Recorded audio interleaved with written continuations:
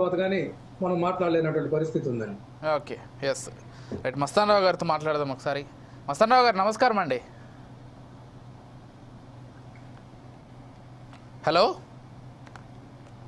Hello, Sampath గారు చెప్పండి. మస్తాన్ రావు గారు వినిపిస్తోందా? ఇప్పుడు వినిపిస్తుందండి. Yes yes.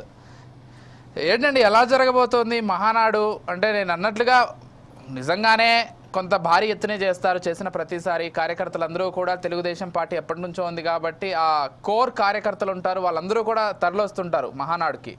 సో ఈసారి కడప జిల్లాను చూస్ చేసుకున్నారు, భారీ ఎత్తున చేయాలనేటువంటి ఆలోచన ఉంది. అది కాకుండా మళ్ళీ అధికారంలోకి వచ్చారు కాబట్టి ఆ జోష్ కూడా ఉంటుంది డెఫినెట్గా. ఎలా జరగబోతోంది ఏంటి? కడపను చూస్ చేసుకోవడం లేదనే ప్రత్యేకత ఉందా, లేకపోతే ర్యాండమ్గా అన్ని జిల్లాల్లో చేసినట్లుగానే కడప జిల్లాలో చేస్తున్నారా, లేకపోతే కడప జిల్లాలో చేస్తున్నందుకు ఈసారి మరింత ప్రత్యేక ఏర్పాట్లు చేసుకునే అవకాశాలు ఉంది? ఎందుకంటే నిరూపించుకోవాలనేటువంటి ఒక తపన కూడా ఉంటుంది. ప్రతిపక్ష నేత లేకపోతే వైసీపీ అధినేత సొంత జిల్లా కాబట్టి ప్రూవ్ చేసుకోవాలనేటువంటి ఆలోచన కూడా ఉంటుంది. ఎలా చూడాలి మొత్తం అంశాలు మస్తాన్ రావు గారు? సంపత్ గారు గుడ్ ఈవినింగ్ అండి. 4 సైడ్ వీక్షకులకు, రామారావు గారికి, సూర్యనారాయణ గారికి కూడా. తెలుగుదేశం పార్టీ మహానాడు నెలాఖరులో నిర్వహించకుండా దాని ప్రత్యేకత ఏంటంటే, తెలుగుదేశం పార్టీ 1982లో తెలుగువారి ఆత్మగౌరవం అనే నినాదంతో ఎన్టీ రామారావు గారు మార్చి 29, 1992లో స్థాపించింది.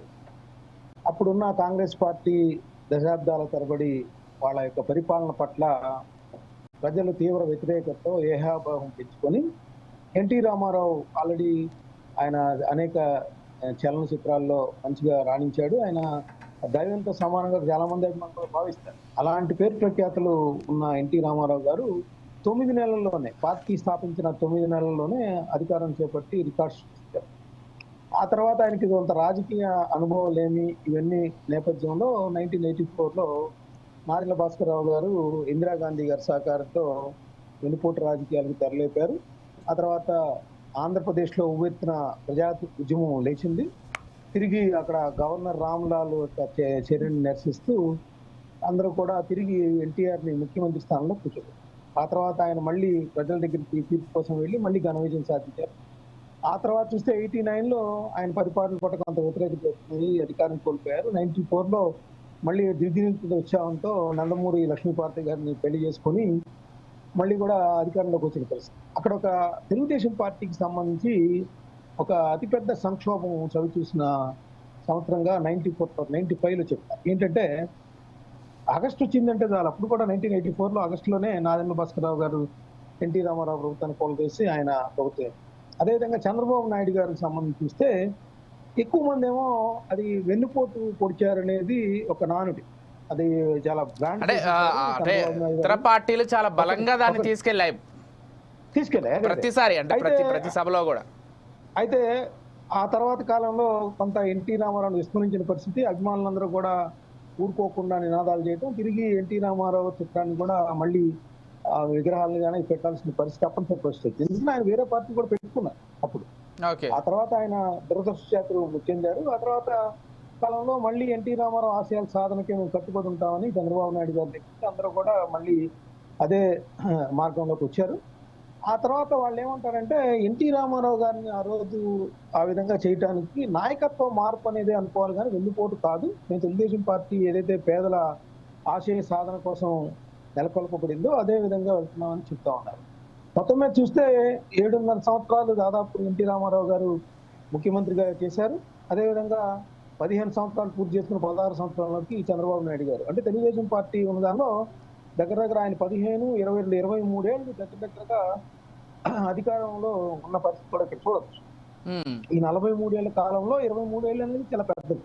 అవును. సో ఆ నేపథ్యం మనం చూసినట్లయితే ఆ తర్వాత ఆంధ్రప్రదేశ్ విభజించటం, ఆ తర్వాత తెలుగుదేశం పార్టీ అక్కడి నుంచి తెలంగాణ నుంచి ఇక్కడికి వచ్చిన పరిస్థితి, ఇక్కడ తిరిగి 2014లోను 2019లో ఇతర పార్టీల సహకారంతో కూడా ఏర్పాటు చేసిన పరిస్థితి కూడా ఉంది.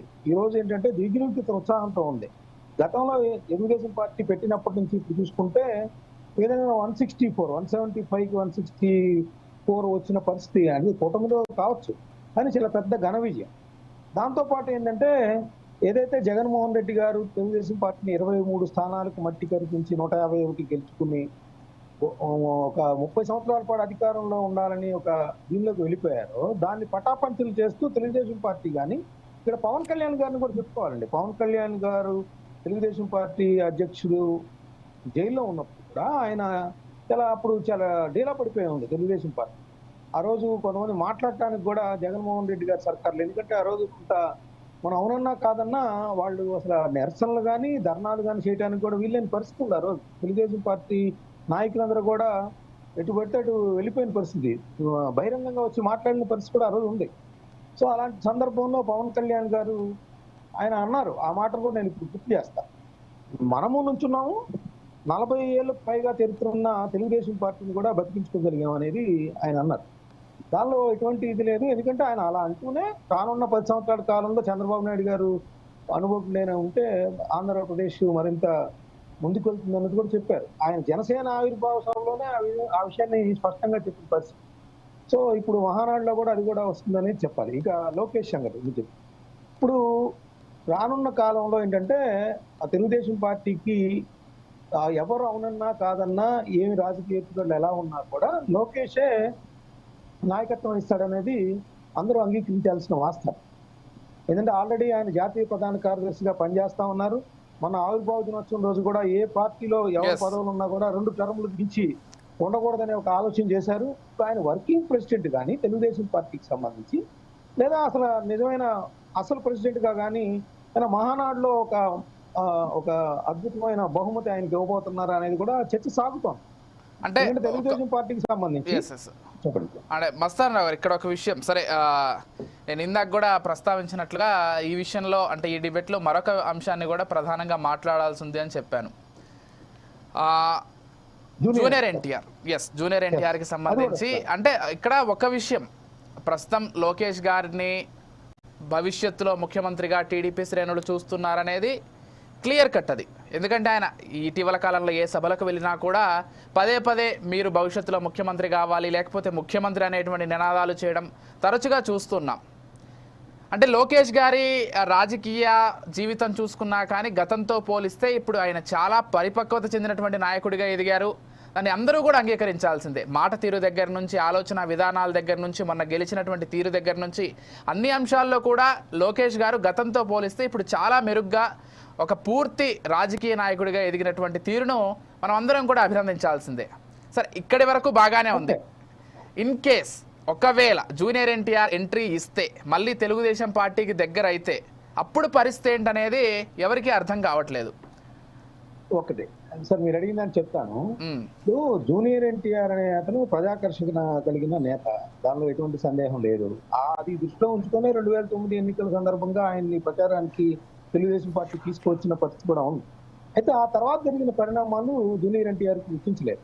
ఆయన హత్య అయ్యారు, ఆయన విస్మరించినట్టు, నిర్లక్ష్యానికి గురైనట్టు భావించారు.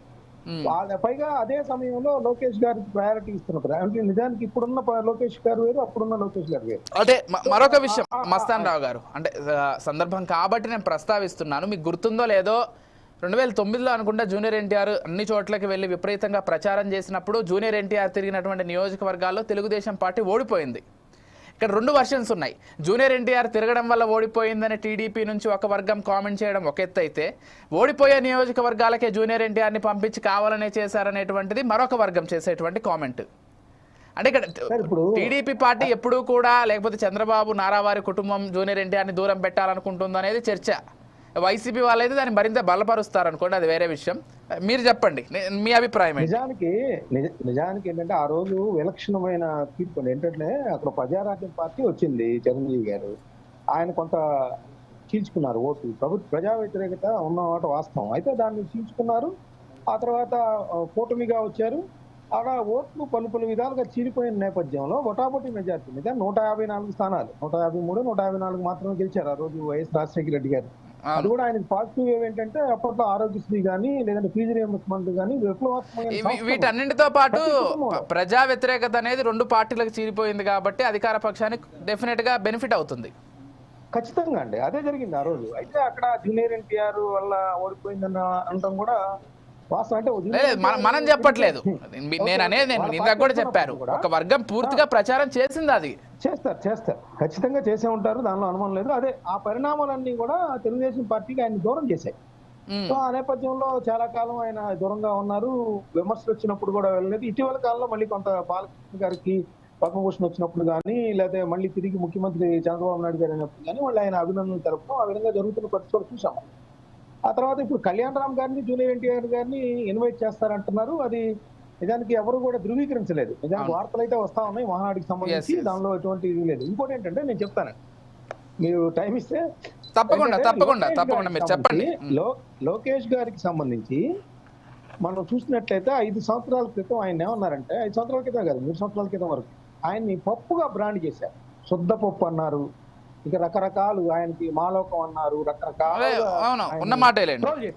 ట్రోల్ చేశారు. చేసిన నేపథ్యంలో అదే వ్యక్తిని ఈరోజు ఆయన రాసిన రెడ్ బుక్ చూస్తే నిత్యం ఆయన్ని మననం చేసుకోవాల్సిన పరిస్థితి వైఎస్ఆర్సీపీ నాయకులకు ఉంది. నేను ముందు చెప్పింది కూడా అదే. ఆయన రాజకీయ జీవితం చూస్తే ఒక 3 సంవత్సరాల క్రితము ఇప్పుడు పూర్తిగా మారిపోయింది. లోకేష్ ఎంతగా పరిణితి అంటే ఆయన పప్పు అన్న వాళ్ళ నోర్లు ముయించడానికి ఈయన పరదాల సీఎం అనే ఒక బ్రాండ్ కట్టాడు జగన్ గారికి. పరదాల సీఎం, చెట్లు కొట్టేసే సీఎం, ఈ విధంగా అంటే ఎంత మెచ్యూరిటీ వచ్చింది అనేది మరి వైఎస్ఆర్సీపీ నాయకులు చెప్పాలి ఈరోజు. ఎందుకంటే రెడ్ బుక్ మడిచి ఎక్కడో పెట్టుకోమని చెప్పారు వాళ్ళందరూ కూడా. రెడ్ బుక్ గురించి మాట్లాడుతూ ఉంటే అది ఎక్కడైనా మడిచి పెట్టుకోండి, అది మమ్మల్ని ఏం చేయలేదు. ఈ రోజు చూస్తే జగన్మోహన్ రెడ్డి గారు నిత్యం ప్రెస్ మీట్ లో ఒక 10 సార్లు అంటారు రెడ్ బుక్ గురించి. రెడ్ బుక్ రాజ్యాంగం నడుస్తుంది అంటారు ఇప్పుడు వైసీపీ వాళ్ళందరూ అదే అంటున్నారు. సో ఆ విధమైన నాయకత్వ లక్షణాలు, అది నాయకత్వ లక్షణాలు అనుకోండి, తెలుగుదేశం పార్టీని బలపరచడం అనుకోండి, ఏదైనా కావచ్చు. సో ఇంకోటి కూడా కోటి సభ్యత్వాలు తెలుగుదేశం పార్టీకి సంబంధించి క్రియాశీలకంగా ఉండే విధంగా కానీ, లేకపోతే మొత్తంగా కానీ కోటి సభ్యత్వాలు. అదేవిధంగా తెలంగాణలో కూడా మళ్ళీ తిరిగి పార్టీని పునరుజ్జీవింపు చేసేందుకు కూడా ప్రయత్నాలు ప్రారంభించిన పరిస్థితి. సో ఇవన్నీ అయితే ఏంటంటే పార్టీకి సంబంధించి నేను చెప్తాను. ఇక ప్రభుత్వానికి సంబంధించి ఇప్పుడు రాయలసీమ ఇప్పుడు వాళ్ళు పెడుతున్నారు కడపలో ఏంటంటే ఆల్రెడీ జకియా ఖాను నిన్న బీజేపీలో చేరారు. రాయచోటి నుంచి ఎన్నికయ్యారు, అదే ఆమెను ఎంపిక చేసుకున్నారు ఆ రోజు. అదేవిధంగా మైనార్టీసీ ఉప ముఖ్యమంత్రిగా పెట్టిన కడప నగరంలో కూడా వైఎస్ఆర్సీపీని ప్రజలు ఓడించారు. అదేవిధంగా మైదుకూరులో చూసాం మనం, మైదుకూరులో కూడా చైర్మన్ వెళ్ళిపోయిన పరిస్థితి. సో ఇవన్నీ గమనించినప్పుడు ఏంటంటే ఒక సొంత కుటుంబం నుంచే పులివెందులకు కానీ, లేదంటే కడప పార్లమెంట్ నియోజకవర్గం సొంత కుటుంబం నుంచే టైటరింగ్ వచ్చిన పరిస్థితి షర్మిల గారు. సో ఇవన్నీ కూడా ఎదుర్కొంటున్నారు. ఓ పక్కన పార్టీ నేతలందరూ వెళ్ళిపోతా ఉన్నారు. వైఎస్ఆర్సీపీ బలహీన పడిపోయిన విధానం కూడా ఇక్కడ చూడొచ్చు. సో అది దృష్టిలో ఉంచుకొని అక్కడ ఉన్న కడపలో ఉన్న తెలుగుదేశం పార్టీ వాళ్ళకి కానీ వాళ్ళందరికీ కూడా ఉత్సాహం కల్పించేందుకు ఈరోజు అక్కడ మహానాడు అనే దాన్ని కడపలో నిర్వహిస్తున్నారనేది నేను అంటాను. ఎందుకంటే 11 స్థానాలు గెలుచుకుంటే 3 స్థానాలు ఇప్పుడు ఇంత దిగజారిపోయిన ఫలితాలు చూసినప్పటికీ కూడా కడపలో 10 ఉంటే రాష్ట్రం మొత్తం మీద విశాఖపట్నంలో 2, ప్రకాశం జిల్లాలో 2, కర్నూలులో 2, చిత్తూరులో 2, ఈ 2 ఆ 4 జిల్లాలో గెలిచి ఇక్కడ ఈ జిల్లాలో కడప జిల్లాలో అంటే ఆయన రాజశేఖర రెడ్డి గారు 5 సంవత్సరాలు ముఖ్యమంత్రిగా చేశారు వాళ్ళ కుటుంబం నుంచి.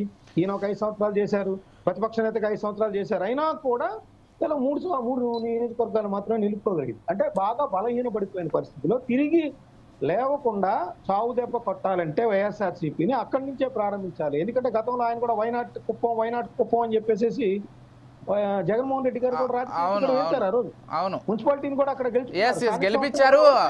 మనము 175లో 175 ఏ విధంగా కొడుతున్నామో కుప్పం నుంచే ప్రారంభిస్తా అని కూడా చెప్పారు.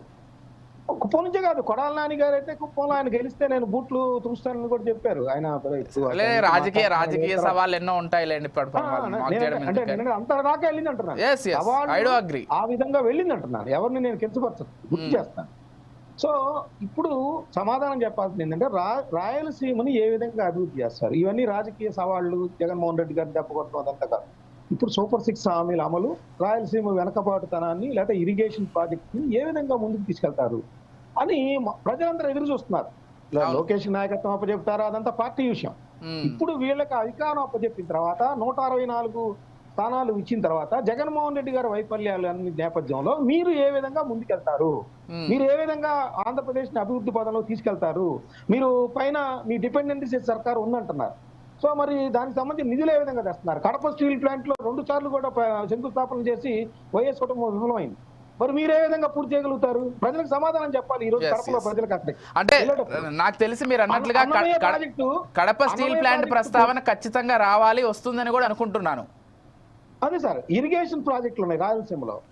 అంద్రినీవా కావచ్చు, గాలేరు నగరి కావచ్చు, మచ్చుమర్రి కావచ్చు, అవి ఎక్కడ వేసిన దొంగలు అక్కడికే ఉన్నాయి, పూర్తి చేయలేకపోతున్నారు. వాటికి సమాధానం చెప్పాలి రేపు.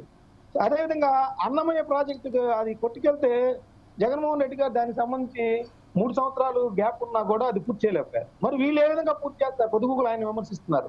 వీటన్నిటికి కూడా ప్రజలకు సమాధానం చెప్పాలి. రాయలసీమ వెనకబాటుతనాన్ని ఆల్రెడీ ఇప్పుడు కియా తెచ్చామంటున్నారు, అట్లా ఇంకా శ్రీసిటీ తెచ్చామంటున్నారు, ఇంకా అనేక ప్రాజెక్టులు లేదా ఐఐటి కూడా రేపు నిన్న 2300 కోట్లు తీసుకొచ్చారన్నారు. అవి కాదు, ఇంకా మరింత రాయలసీమకు సంబంధించి ఏమి అభివృద్ధి చేస్తారు?